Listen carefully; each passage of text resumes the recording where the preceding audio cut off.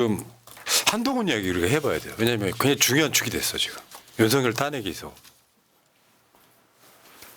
한동훈이가 어제 기자회견에서 그런 얘기했습니다. 내가 대통령이 반대하는 게 개인이 아닌 정책에 반대하는 것이다. 그러니까 내가 봤을 땐 그래. 제 머릿속에 들어있는 건요. 검사 마인드밖에 없어요. 검사 마인드. 그런데다가 제가 느낀 건 저게 이제 뭐 국민의힘에서 영면접이라는 걸 했어요. 그래서 2030 청년들을 모아놓고 한동훈을 면접 보는 그런 시간을 또 가지 않게 하더라고요. 근데 저 표정에서 제가 그러니까 저런 표정이 왜 나왔냐면 저는 가끔 한동훈이 뭔가 연기 수업을 받는 건가라는 생각이 드는 이유가 지금 이야기의 대사는 이런 거잖아요. 제가 여러 가지 이견을 많이 내고 있죠. 당대표로서. 그게 우리 모두가 사는 길이라 생각해서 내는 것인데요. 카메라 저 좀 잡아주세요.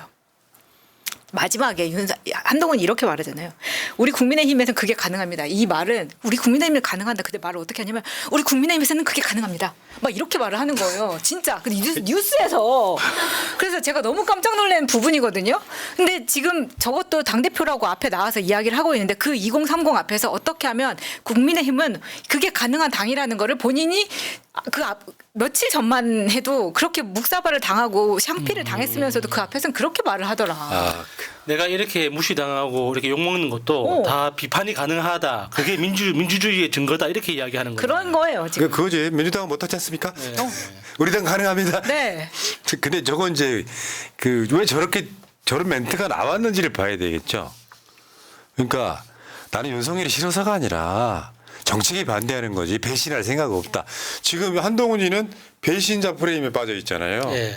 근데 그것 때문에 대한 이야기인데 자 대통령의 반대는 개인적인 것이 아니고 우리 모두 사는 길이다 이런 식으로 이제 사실은 저게 한동훈이 지금 저는 키를 쥐고 있다고 생각하는 게 국민의힘 지지층 상당수는 한동훈한테 힘 실어주고 있어요. 실제로는. 그러니까 이게 나는 배신자가 아니고 오히려 우리들을 더 잘되게 하기 위해서 이것만큼은 내가 꼭 해야 돼. 여러분 저를 이해해 주세요라고 말하고 있는 거거든요. 그러니까 근데 저는 아쉬운 게 기왕 대통령이 반대하는 게 개인적인 게 아니다 하면 조금 더 보폭이 크게 과감하게 큰 목소리로 해야 되는데 윤석열 앞에서는 찍소리 못하다가 혼자 다른 사람들 만나가지고 나는 대통령에 반대하는 게 대통령을 반대하는 게 아니라 나는 윤석열 형 사랑하지. 하지만 윤석열 정부의 정책에 반대하는 거야. 나는 윤석열은 사랑해. 자꾸 이렇게 혀를 길게 뽑잖아요. 그럼 윤석열이 봐도 짜증나는 거예요. 그 이유 중에 하나 저는 이게 정말 얘가 정말 많이 창피했다. 그 생각이 들더라고요. 진짜 죽고 싶었을 거다. 근데 제가 지금 방송들 출연자들마다 똑같은 얘기하고 있어요. 한동훈 짧게 까시고 참을 수가 없어. 한동훈한테 힘을 실어주시자고. 그러니까 자꾸 헷갈리네. 실어주고 싶으니까 조금 더 보폭을 크게 큰 목소리로 그런 거였어? 이렇게 가야 된다고 이야기하는 거잖아요. 근데 실제로요. 여러분 현장 유튜버란 말이 있는 것처럼 온라인상에서 뭐 별게 다 달려도 현장에 가서 욕 먹으면요. 약간 데미지가 생겨요. 박정희 추도식 탕탕절에 대구 가서 저기는 지금 현충원에 갔지 서울이죠 서울. 네. 거기 가서 배신자 욕 먹고 욕설 당하고 대구에서도 배신자 시위 당하고 요 상황이 이제 굳이 말하자면 국민의힘 핵심 주류들은 한동훈을 완전히 배신자라고. 그냥 여러분 그 현장 영상 보시면요. 그냥 쌍시옷이 그냥 나와요. 야 이 KXX 막 그걸 이렇게 귀로 듣는다고 생각해요. 바로 듣고 거기서는 현장에서. 뽕으로 안 나왔어요. 거기서 그 지지자들이 한동훈 꺼져 이 새끼야. 한동훈 가발 벗어 막 이래요. 충격왔을 것 같아. 짠하더라고요. 그러니까 그게 이제 자기 입장에서는 억울한 거예요. 네. 우리 같은 사람도 방송하다 억울한 이야기하면 정색하고 화내잖아. 똑같은 거예요. 야, 나 윤석열 내가 배신한 게 아니라 우리를 위해서 그런 거야. 이렇게 된 건데 이 과정 어떻게 보면 되냐면요. 한동훈이가 자기 확신을 공고히 해관한 과정이에요. 이제 국민들한테 하는 말들이잖아요. 네. 기자를 통해서 이야기가 나오면 그러니까 한동훈은 지금은 돌이킬 수 없게 돼버린 거죠. 만약에 돌이키면 정치 생명 끝납니다. 이 방향성으로 가야 되는 거예요. 한동훈 화이팅. 우리 패널들이 뭘 철이 없어가지고 한동훈 욕하고 이런 거 너무 스트레스 받지 마. 저는 한동훈 욕한 적 없습니다. 소중하다니까요. 지금 한동훈이 얼마나 소중합니까? 그러니까 지금 보수 핵심 지지층에서 그 한동훈을 비난하고 이렇게 욕을 하잖아요. 그러면은 한동훈은 여기에서 그래서 그 사람들을 달랠 게 아니라 새로운 지지 계층을 찾아야 돼요. 어디서? 그러니까 계속 이야기하는 게 의사들이에요. 아. 그러니까 의사들하고 이렇게 의료개혁 문제에 대해서 지금 내가 대통령하고 담판해서 당신들이 요구하는 거 내가 받아내겠다. 그래서 의사들을 자기 지지층으로 하나 묶어놓고 지금 자기 보수 핵심 지지층이 자기 욕하는 걸 대항할 수 있게 이 구도를 만들어줘야 되거든요. 근데 그걸 안 하니까 안타까워서 그러는 거예요. 아 그런 거였어. 그러니까 예. 문제는 현장에 가면 한동훈을 XX라고 하는 사람들의 목소리가 과대표됩니다. 실제로 여론조사를 해보거나 국민의힘 당대표 경선을 하면 한동훈이가 압도적으로 나왔잖아요. 나경원 뭐 이런 뭐 신경 쓸 것도 없이 네. 그런 상황 속에 한동훈이가 이제 온라인과 오프라인의 언밸런스를 지금 겪고 있는 거예요. 이를테면 질풍노도의 시기 이런 느낌이 있고요. 자, 저는 저거 보고 한동훈이가 마음을 먹었구나 싶었어요. 그러니까 민주당에는 이재명 비판 없다라고 하는 이야기는 실제로 왜 너 민주당에 끼어들고 하냐 이런 게 비판할 게 아니라 자기가 국민의힘에서 살아내기 위해서는 요걸 끌어들여 와야 되는 워딩이에요 저게. 네. 그러니까 동훈이 네가 좀 마음을 굳게 먹었구나. 그러니까 이해합니다. 이해해. 저 정도는 뭐 받아들여줘야지. 근데 이제 정확하게 이야기하면 이재명 비판을 못해서 안 하는 게 아니라 비판할 게 없으니까 안 하는 거잖아요. 그런 측면이 훨씬 더 많지. 오히려요 정치라는 게 여러분 다 아시겠지만 아까 배신자 프레임이라고 그랬잖아요. 민주당 내에서 배신자라는 프레임 속에 빠졌던 사람 어떻게 됐어요? 총선 때 다 날아갔잖아. 김종민 빼고. 날렸어요. 그런 거랑 좀 비슷한 거죠. 그래서 저런 말을 함으로써 본인이 좌동훈이라는 것에서도 좀 벗어나고. 그렇지. 그러니까 네. 이재명 대표와 민주당을 때림으로써 나는 민주당과 이재명 대표의 스파이가 아니라는 걸 계속 강조하고 싶은 거라 저거는 그냥 스킵. 근데 지금 이제 이거 있죠. 한동훈이 추경호한테 했던 이야기. 넌 원내정무고 난 당대표야. 이거. 넌 가발이 없고 난 가발이 있지. 그거 생각해보면 둘이 헤어스타일이 똑같겠구나. 그때 푸나님 하신 말 있잖아요. 비포 애프터를 보는 거. 그런 거였어. 그러니까 한동훈 입장에서는 진짜 어떻게 보면 외로운 싸움이 시작된 건데 저는 솔직히 말씀드리면 한동훈이 윤석열 이기면 이 정권은 끝난다. 그게 더 빠르다. 여기 지금 이제 제가 지금 특감 갖고 얘기하잖아요. 쓸데없는 거. 지금 특감을 한다 그래서 저 특감을 한다 그래서 달라질 게 있나요? 예방적 차원의 뭐 어떤 사건일 수는 있지만 특별감찰관을 임명하면 근데 여러분 한번 생각 한번 해봅시다. 마지막 특검 특별감찰관이 이석수 씨였습니다. 그때 박근혜 정권이 온갖 탄압을 해갖고 방해하면 끝나요. 아무것도 못해. 무슨 수사권이 있는 것도 아니야. 네. 수사 의뢰하는 정도로 끝난단 말이에요. 근데 한동훈은 그중에 제일 싼 거를 한번 던진 거야. 국민의힘 전체한테 특별감찰관은 윤석열 공약이니까라도 해야 된다. 그래서 지금 국민의힘에서 이제 의총에서 표결하겠다까지 나오는 상황인데 표결했으면 좋겠어요. 표결해야 제대로 갈라집니다.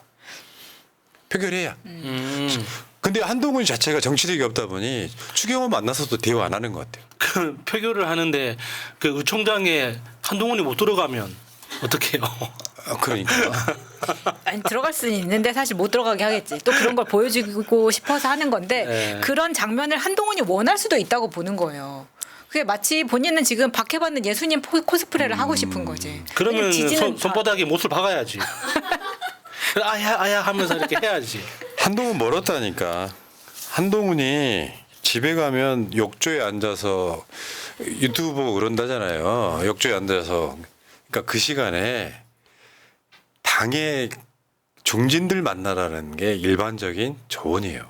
그러니까 혼자 잘난 척 다 하는 거예요. 타워팰리스에서 집에 가서 혼자 밥 먹고 혼자 욕조에 들어가서 반신욕하면서 거기서 유튜브 쳐 보면서 거기서 구상을 한다는 거예요. 난 이해는 돼요.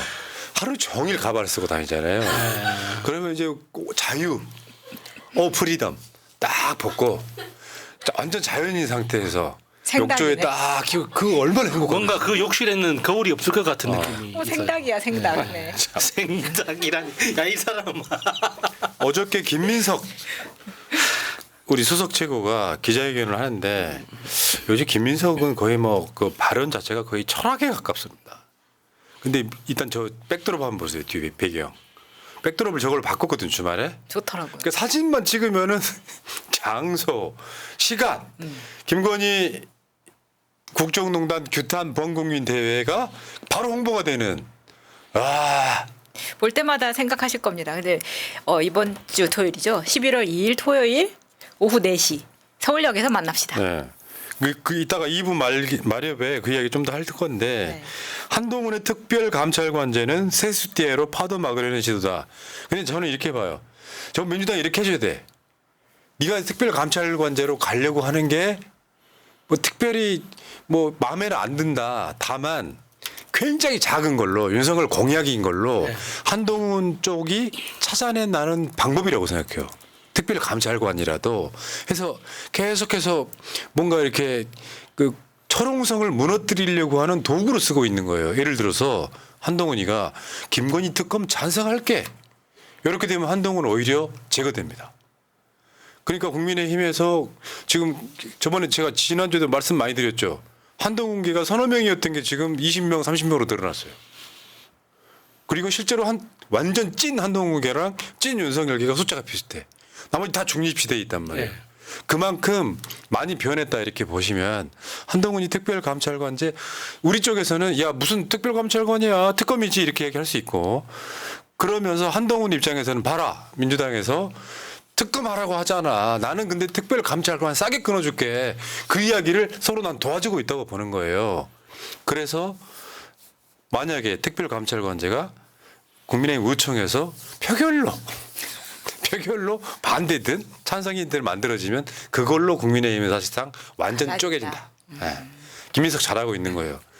김인석이 한동훈을 때리더라가 아니라 한동훈한테 사실 힘 실어주는 거고 오늘 이재명 대표도 최고위원 회의에서 그랬잖아. 한동훈 대표 열심히 합시다.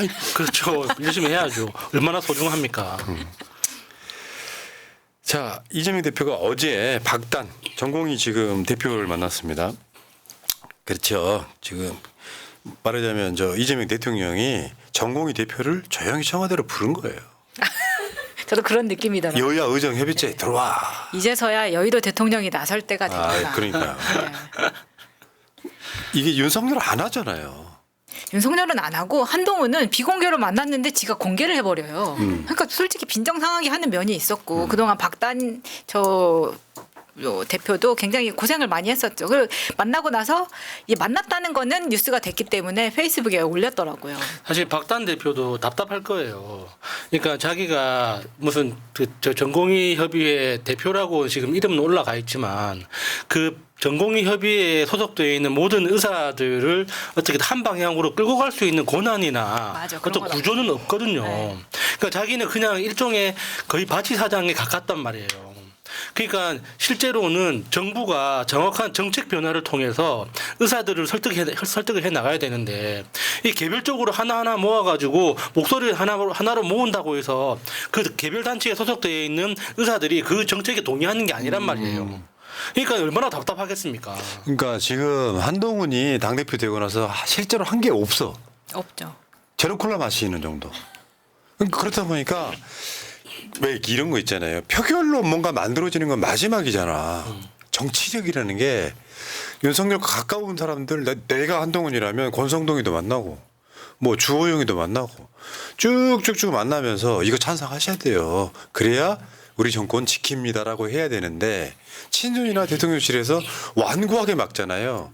그러면 그게 무너졌을 때 파급력은 훨씬 더 크다. 예. 그게 한동훈이가 겪어야 될 그런 부분인데 하다못해 한동훈이가 내년도 의대 입학생을 원점으로 돌리자라는 것을 아젠다로 내걸어서 윤석열이를 설득하는 과정을 거쳐서 이루어냈다라고 하면 한동훈 지지율이 이재명 대표 지지율과 비슷했을 거예요. 진짜 지금 이 상태에서라도 지금 의대 정원 문제를 원점으로 돌리든지 이렇게 해서 작게 욕을 먹고 끝내야지. 이 상태로 내년 새학기가 돼봐요. 난리나. 지금 새로 뽑는 그 원래 정원 3,000명에 추가로 되는 1,500명에 올해 휴학한 3,000명 하면 7,500명이 수업을 받아야 돼요. 원래 3,000명이 수업을 받던 그 인프라 안에서 7,500명이 수업을 받아야 된다고. 그럼 그게 누가 봐도 비정상이잖아요. 그러니까 사실은 뭐 이제 한동훈을 무시하기 위해서 윤석열 쪽에서도 여야 의정 협의체 하겠다고 했는데 박단은 안 하겠다는 거잖아요. 딱 잘랐고 더불어민주당과 앞으로 종종 소통할 예정입니다. 네. 네. 자, 알겠습니다. 한동훈 그냥 힘내. 어쩌다 보면 좋은 날 오겠지. 언젠가 뭐 이제 제로 콜라가 아닌 걸 얻어먹을 날도 오겠지.